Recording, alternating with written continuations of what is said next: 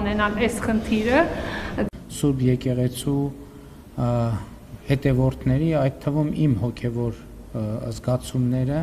ես ընդհանրապես հրապարակային գործիչ եմ եւ կուլիսային գործելակերպը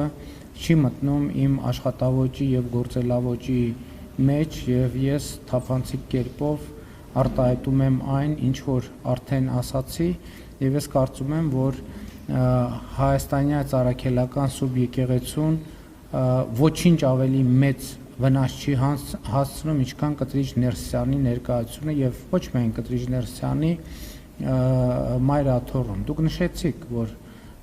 եղել են դեպքեր, այդ թվում կուսակրոնության խախտման եւ այլն, բոլոր այդ դեպքերը, որ եղել են, դուք դրա մասին ինչպես գիտեք, դրա մասին եղել են հրապարակային քննարկումներ, հրապարակային հետևանքներ, հրապարակային հրաժարականներ եւ ուզում եմ ասել, որ նաեւ ժանրը, որը դուք ձևակերպեցիք, կարծում եմ, որ շակի բովանդակային ճշգրտման կարիք ունի եւ մենք ոչ թե ուղակի կամ դա պահանջի ժանր չէ, որ ինչ որ մեկը պահանջում է Կտրիչ Ներսյանի հրաժարականը, մենք ասում ենք, որ process-ը սկսվել եւ նա պետք է գնա այդ տեղից։ Այսինքն այստեղ ընտրության հարց չի կտա հրաժարական, թե չի տա, ինքը պետք է գնա այդ տեղից։ Ամեն դեպքում պարոն Փաշինյան, եթե դուք մի անգամ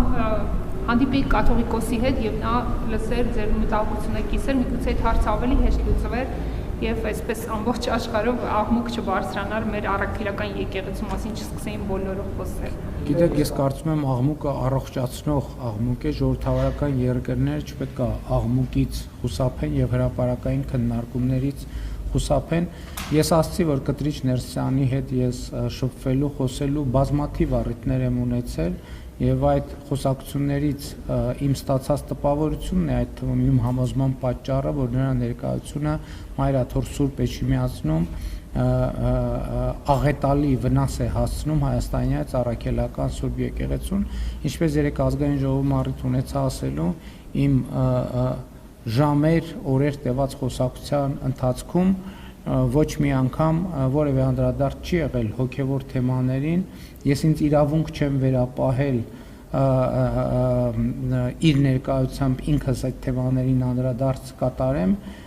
իսկ ինքն էլ անդրադարձ չի կատարել, որովհետև դա իր հետաքրքրությունների տիրույթում պարզապես չկա։ Պարոն վարչապետ, կառավարական ժամի ժամանակ